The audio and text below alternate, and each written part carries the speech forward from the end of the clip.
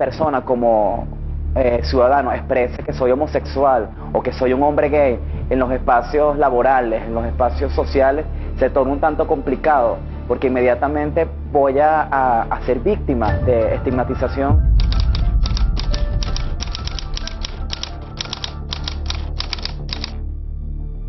Yo creo que cualquier persona en Venezuela que persona gay, lesbiana, bisexual o transexual ha experimentado por lo menos una vez discriminación en Venezuela. En mi caso, en los mismos espacios públicos.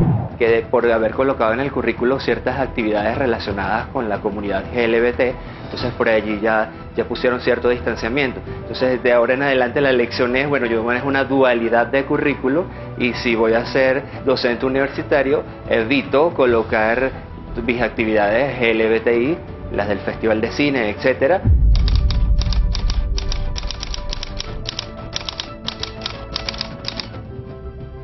Aunque la legislación laboral de Venezuela, la anterior y la actual, la recientemente aprobada, prohíbe la discriminación por orientación sexual, no hay manera en la que uno pueda denunciar a un empleador que te discrimine por tu orientación sexual, porque te van a decir que no, simplemente no cumples con los requisitos según ellos, o el acceso a servicios se ve limitado, especialmente por la policía, cuando ellos presumen de alguna manera de que se trate de gente gay. Entonces te desalojan de espacios públicos, se te acercan y dicen, mira, no pueden estar aquí. Lo ideal es que uno se exprese como uno se siente.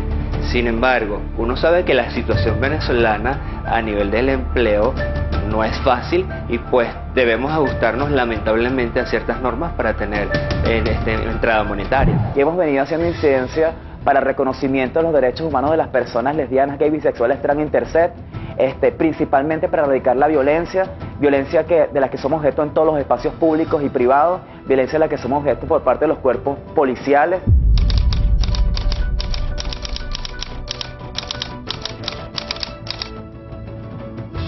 Creemos que tenemos que visibilizar la situación, convertir el tema de la homofobia en un tema de debate público, que es un tema de debate público hoy por hoy en muchos países. Nuestro reto como activistas de diversidad es llevar el tema al debate público.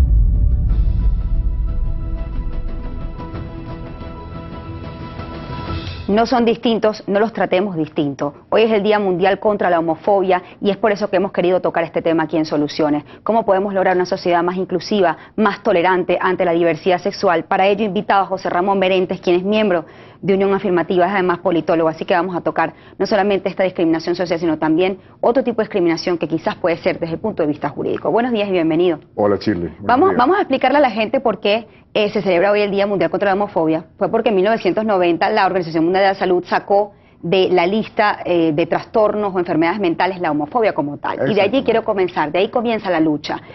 ¿Cómo esto lo ha percibido Venezuela, la sociedad venezolana, cómo percibe la homofobia, la homosexualidad? Bueno, la sociedad venezolana es una sociedad machista, autoritaria y por tanto es una sociedad homofóbica. Se ha percibido muy lentamente en Venezuela y se han acogido de manera muy lenta los cambios que se han dado a nivel mundial en este tema. Por ejemplo, tenemos países como Sudáfrica, que en el año 94, después de la Revolución Democrática que acabó con el apartheid en Sudáfrica, incluyó en su constitución la prohibición de discriminar por la orientación sexual. Fue el primer país del mundo que hizo esto.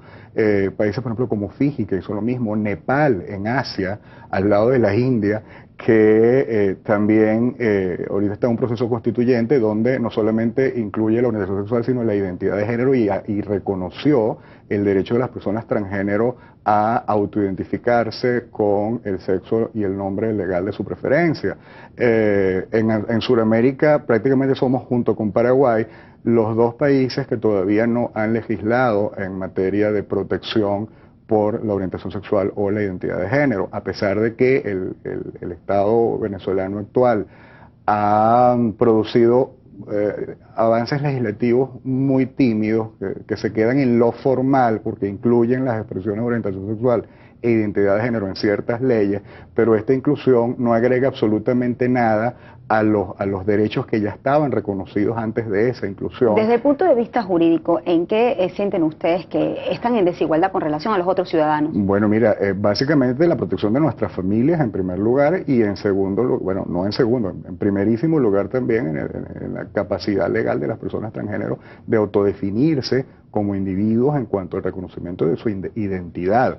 Y esto es gravísimo porque las personas transgénero, al no tener reconocida su identidad, pues sencillamente se les ve imposibilitado cualquier trámite, cualquier acción en el ámbito público. Recordemos muy bien el conocidísimo caso de la doctora, de la jurista Tamara Adrián, profesora de la Católica, conferencista internacional, candidata al Tribunal Supremo de Justicia, que por cierto su currículum no fue considerado por razones de transfobia, y siendo la más preparada o una de las más preparadas para ocupar un puesto Pero de ustedes magistrada. tienen argumentos de que esa decisión fue tomada Evidentemente, por eso simplemente era ver y comparar los currículos, los diferentes currículos que se habían presentado y compararlos con el de ella. Vemos que ella con mucho superaba a muchos de los candidatos que después fueron elegidos. Y ella tiene, lo que quería decir es que ella tiene hace 8 años, un recurso en la Sala Constitucional pendiente de admisión. Eso es una denegación escandalosa para el reconocimiento de su identidad. Para el reconocimiento de su identidad. Ahora, fíjese que generalmente las personas que son sexodiversas tienen problemas en América Latina específicamente porque, como tú bien lo dijiste, no tienen un marco legal o desde el punto de vista legislativo no están reconocidos. Sobre todo no está, por ejemplo, en nuestro sistema penal no se reconoce el crimen de odio por orientación sexual. En este sentido, y cuando estamos hablando por el día precisamente contra la homofobia, ¿qué creen ustedes que se debe incorporar desde el punto de vista jurídico para que realmente tengamos una sociedad inclusiva y también sea desde el punto de vista legal? Ustedes sean incluidos. Desde hace más de 8 años, cuando comenzó a hablarse de la posibilidad de reforma del Código Penal, nosotros sugerimos que se incluyera la protección de la discriminación por orientación sexual e identidad de género, o mejor, la protección de la orientación sexual e identidad de género frente a la discriminación. Esto, por supuesto, se ha encontrado con unos obstáculos insalvables que sobre todo son la homofobia de la mayoría revolucionaria, socialista, entre comillas, que no ha querido ni siquiera escuchar hablar del tema.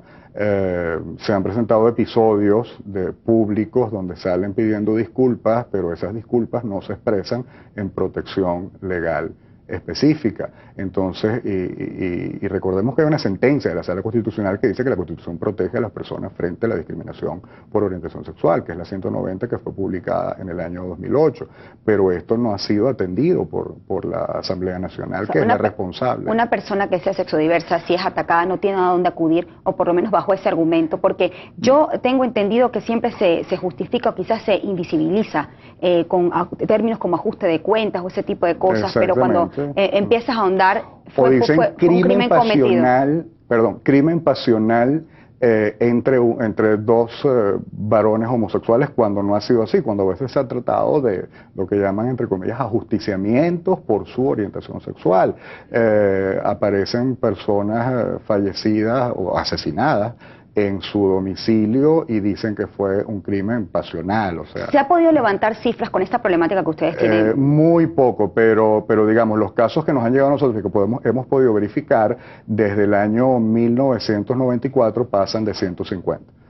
¿Anuales? ¿O desde ese año? Desde el 94 hasta la fecha que te estoy hablando, hasta 2012, pasan de 150 casos donde se han presentado como crímenes, por celos en la pareja, etcétera, pero resulta que, los mal llamados crímenes pasionales, pero resulta que han sido por homofobia, bien sea de funcionarios policiales o de ciudadanos ordinarios en la calle. Tenemos que hacer una pausa. Vamos a seguir profundizando este tema porque queremos que la sociedad sea más inclusiva, más tolerante. ¿Cómo podemos lograrlo? Y eso me lo vas a responder al regreso. Hacemos una pausa y ya volvemos con más de este tema.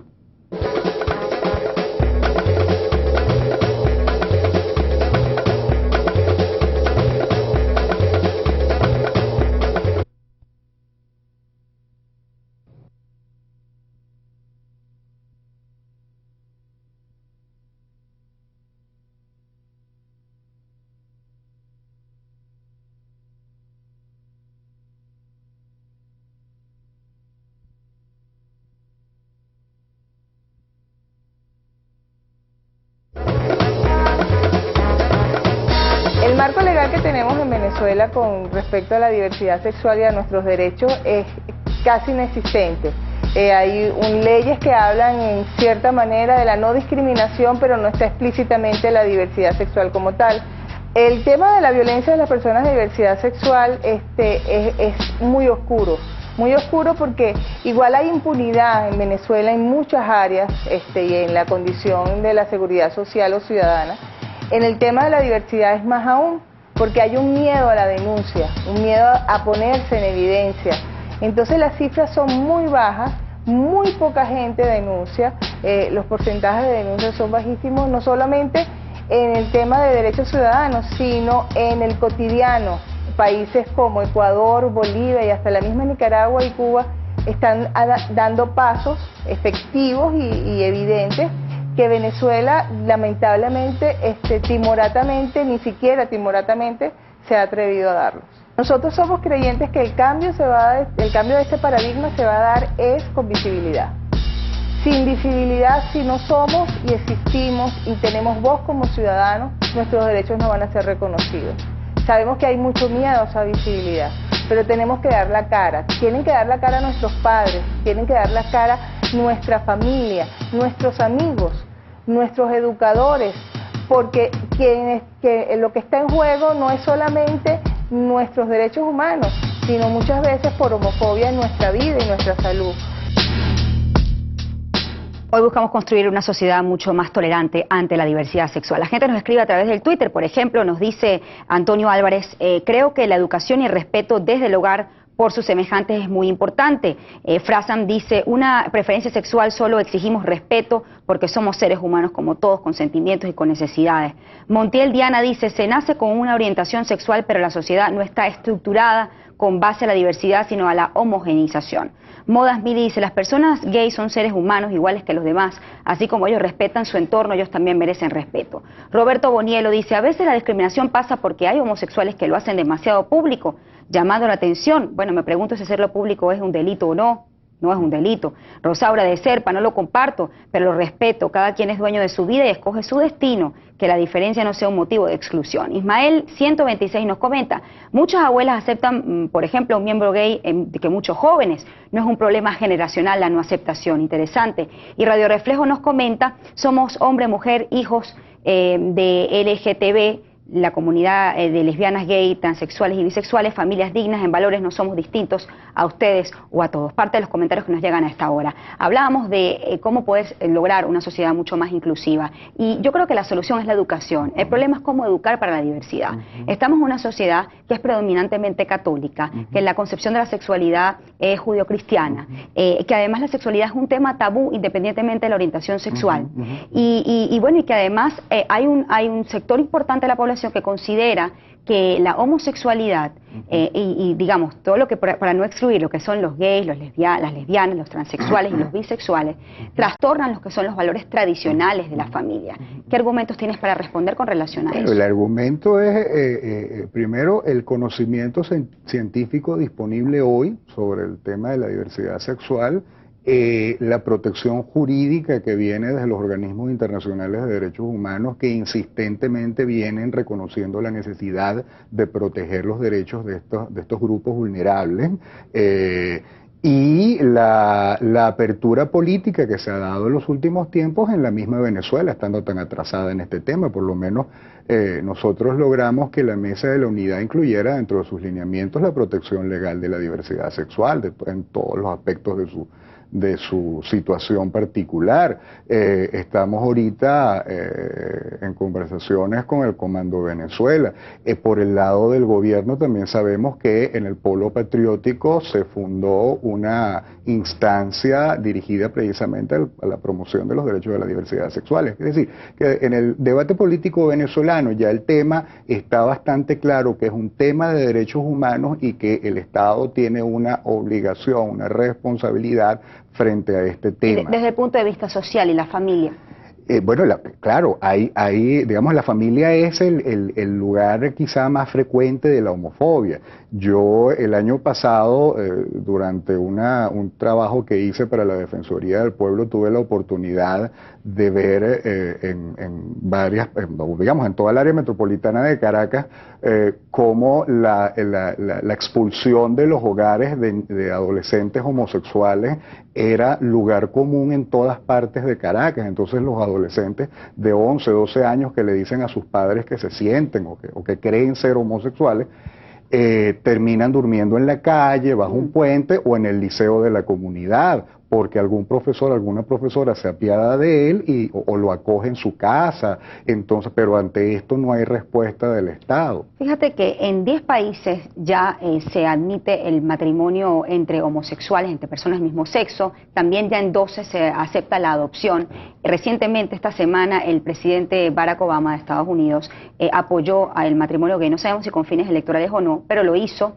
Y bueno, ya en Sudamérica, en lo que es Argentina, pues está aprobado el matrimonio entre personas del mismo sexo. ¿Ustedes creen que parte de la lucha contra la discriminación está en la aceptación de esta unión entre personas del mismo sexo? Definitivamente, porque el Estado habla a través de la ley. Entonces la ley dice lo que es legítimo y lo que se debe reconocer como fenómeno social importante. En el caso del matrimonio entre parejas del mismo sexo, Argentina acaba de reconocer, bueno, hace un año acaba de reconocer que la afectividad de las personas del mismo sexo no solamente no afecta a nadie ni le quita derechos a nadie, sino que es importante su protección legal para mantener, digamos, la dignidad de esta persona. Nosotros recibimos muy rápidamente, tenemos más de 15 denuncias de personas cuya pareja del mismo sexo ha fallecido y han quedado en la calle porque la pareja de la persona fallecida les quita todo.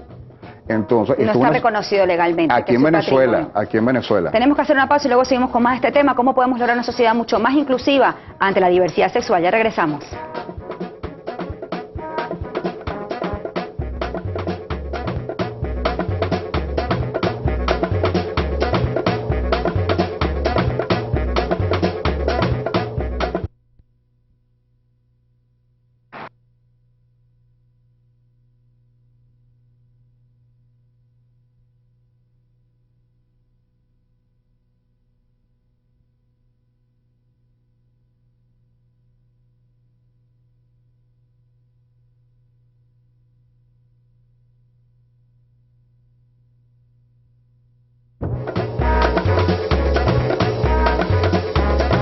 La intolerancia a las diversas orientaciones sexuales es una realidad presente en las sociedades. Tal es el caso de Daniel Zamudio, de 24 años, quien el pasado 3 de marzo fue atacado por 4 personas cuando regresaba de una fiesta tras haber recibido amenazas por su orientación sexual. Los agresores marcaron el cuerpo con símbolos neonazis y le dejaron caer en varias oportunidades una gran piedra sobre su estómago. El joven falleció luego de pasar 25 días de agonía en el hospital y se le diagnosticara la muerte cerebral. Tras la muerte del joven chileno, la Cámara de Diputados de Chile aprobó el mes pasado una ley que sanciona la discriminación por orientación sexual o religiosa, tramitada desde hace 7 años.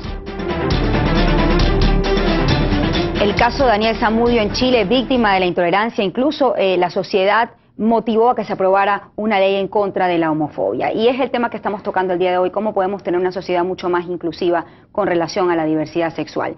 Hablábamos de la educación y quería retomar este tema, cómo podemos educar para la diversidad en la sociedad en que nos movemos, la sociedad venezolana específicamente. ¿Cómo se le dice a la gente que la homofobia no es una patología, que a pesar que en 1990 la sacaron, la OMS la sacó de esa lista, todavía hay gente que percibe que eso es así? La homosexualidad no es una patología. Sí, bueno, mira, el primer responsable de educar y de promover la educación es el Estado. Si tenemos en el Estado venezolano una incoherencia en cuanto a la acción pública en la cual algunas instancias como la Cancillería, por ejemplo, a pesar de ciertos eventos recientes, la Cancillería venezolana ha apoyado todas las declaraciones internacionales que llaman y que exigen a los estados a proteger a las personas frente a este tipo de discriminación. Y sin embargo, y ese compromiso internacional, inclusive el compromiso que está en los pactos internacionales de derechos humanos, obliga a los estados, al Estado venezolano en particular, a tomar medidas de políticas públicas, y eso significa educar a la sociedad venezolana. Eso es el primer obligado ante esta situación, es el Estado, y no lo ha hecho. No lo ha hecho, bueno, por una cantidad de razones culturales, pero eso no lo justifica, lo explica, pero no lo justifica. Entonces el Estado está obligado a legislar y el Estado está obligado a promover la inclusión de este tema, no solamente este tema, sino el tema de la educación sexual en el sistema educativo. La educación en la familia, ¿cómo se educa a los hijos para la diversidad? A los hijos se educa con tolerancia, se educa desde la ética, o sea, la ética como respeto al derecho ajeno. Benito Juárez dijo algo muy bonito, que es el respeto al derecho ajeno es la paz. Entonces vamos a comenzar por educar en nuestras casas, diciéndole a nuestros hijos y a nuestras hijas que las personas tienen derecho a ser distintas, que no todo el mundo tiene por qué ser homogéneo. Bueno, o ser, como el eslogan de este es no soy distinto, no me trates distinto. Fíjate que quiero contar una historia con Ana Margarita Rojas, quien por cierto forma parte de Radio Reflejos, una activista con relación a este tema. Y cuando yo pues me enteré que ella tenía preferencia por una persona del mismo sexo, yo le pregunté que por qué no me lo había dicho. Y ella me dijo, ¿acaso tú le dices a la gente que tú eres heterosexual? Y eso me llamó profundamente la atención, porque es verdad, ustedes no son distintos por tener otra orientación sexual. Pero ¿cómo hacemos para que la sociedad lo entienda? Bueno, con mucho esfuerzo, claro, pero repito, el primer deber es el del Estado, y el Estado nos tiene que ayudar a difundir la verdad, a difundir lo que es el conocimiento disponible hoy en día sobre esta realidad legítima que es la diversidad sexual. ¿A dónde puede acudir la gente que ha sido víctima, ya nos queda poco tiempo, que ha sido víctima de discriminación por este tema? Debe acudir, si quiere iniciar un proceso judicial, a la Fiscalía, y si no, a la Defensoría del Pueblo. ¿Y con qué organizaciones cuenta? Por ejemplo, la de ustedes, Unión Afirmativa, ¿y qué otras más? Bueno, está lo que toca decir, Reflejos de Venezuela, Venezuela Diversa, Lambda de Venezuela. Hay varias organizaciones en Caracas y en el resto del país que digamos, atienden este tema. Gracias por habernos acompañado el día de hoy. Ojalá tengamos una sociedad que sea mucho más incluyente y más tolerante con las personas que tienen una diversidad sexual. Gracias por estar aquí el día de hoy. Ya saben, la clave de esto es la educación. Eduquemos para la diversidad, no son distintos, no los tratemos distintos. Gracias por habernos acompañado hoy y que tengan una feliz mañana.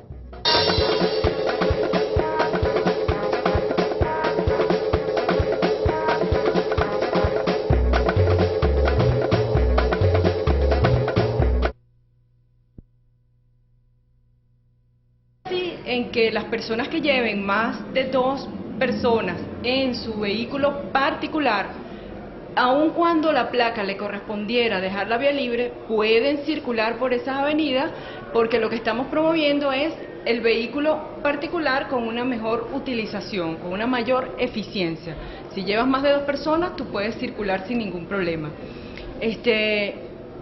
Decimos que son pequeños minutos en la mañana, pequeños minutos en la tarde o pocos minutos en la mañana y en la tarde para lograr grandes beneficios individuales y colectivos. Si yo me paro, si yo dejo la vía libre un día, ese día, sea cual sea el mecanismo de transporte que utilice, yo voy a llegar más temprano a mi trabajo.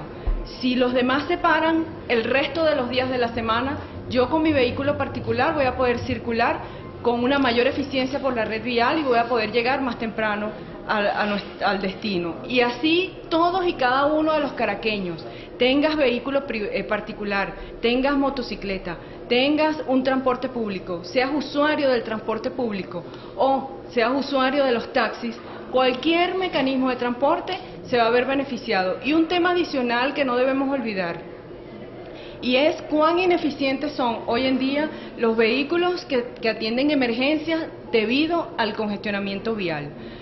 Nos preocupan las cifras que ha manejado el Cuerpo de Bomberos Metropolitano, en el cual se observan nacimientos de caraqueños en la cola, porque no les da tiempo de llegar a los centros de atención médica. Se observan fallecimientos de personas lesionadas por choques o por otras eventualidades en la cola, porque no les da tiempo de llegar a un centro de atención médico-asistencial. Yo creo que es el momento en que la ciudadanía caraqueña tome conciencia plena y asuma un rol maduro para poder manejar unos niveles de congestionamiento que son cada día más insostenibles, que están afectando la calidad de vida del ciudadano y que están haciendo que definitivamente cada uno de ustedes y de nosotros no sea dueño de su tiempo. Nosotros desde la Alcaldía Metropolitana de Caracas queremos que todos los caraqueños sean dueños absolutos de su tiempo, que decidan qué hacer en su tiempo libre, si quieren jugar, si quieren dormir, si quieren estudiar, si quieren continuar trabajando, pero por favor que no se lo dediquemos más al congestionamiento,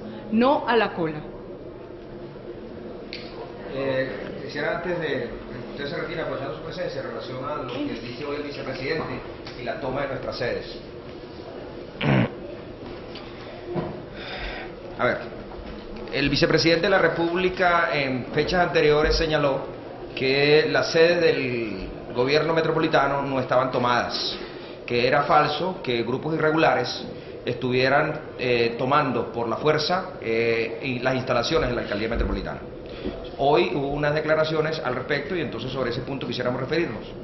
Nosotros desde el día 26 de enero, que fue la primera circunstancia violenta que ocurrió con respecto, 17 de enero, que ocurrió la primera toma de este hecho, hasta la fecha, hemos hecho las diferentes denuncias ante las instancias jurisdiccionales y a las instancias legales que corresponden. Sobre eso hemos ido a la Fiscalía, sobre eso hemos ido a la Vicepresidencia, hemos ido al Ministerio del Poder Popular para Interior y Justicia, haciendo los señalamientos de la toma de carácter violento y el ataque a los edificios y sedes del gobierno del poder público metropolitano.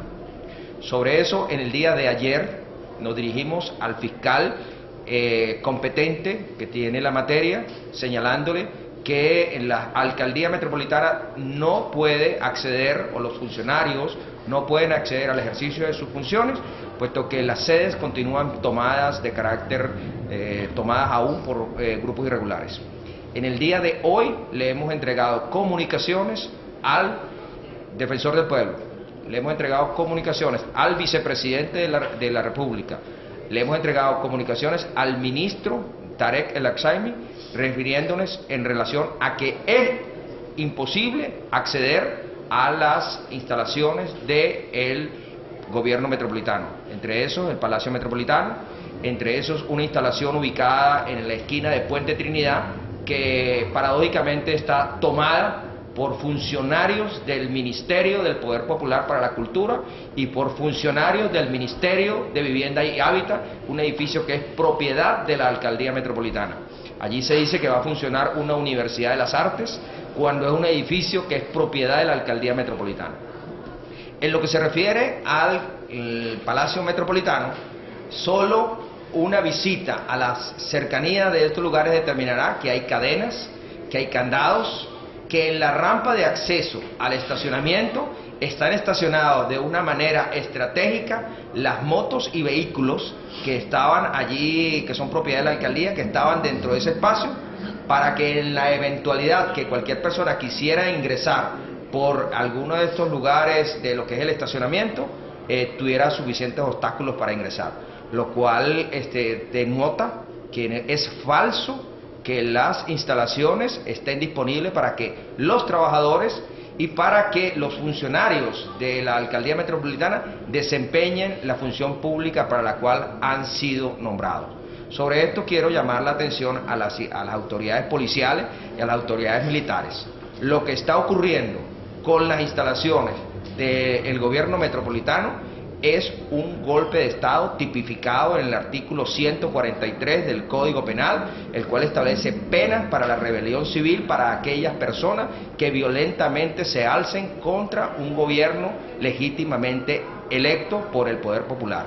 Sobre eso llamo la atención que a los denominados procesados del Estado Táchira permanecieron detenidos durante un tiempo suficientemente largo por el hecho de que participaron en los hechos que se desarrollaron el 11 y 12 de abril en el Estado Táchira, en la gobernación del Estado Táchira.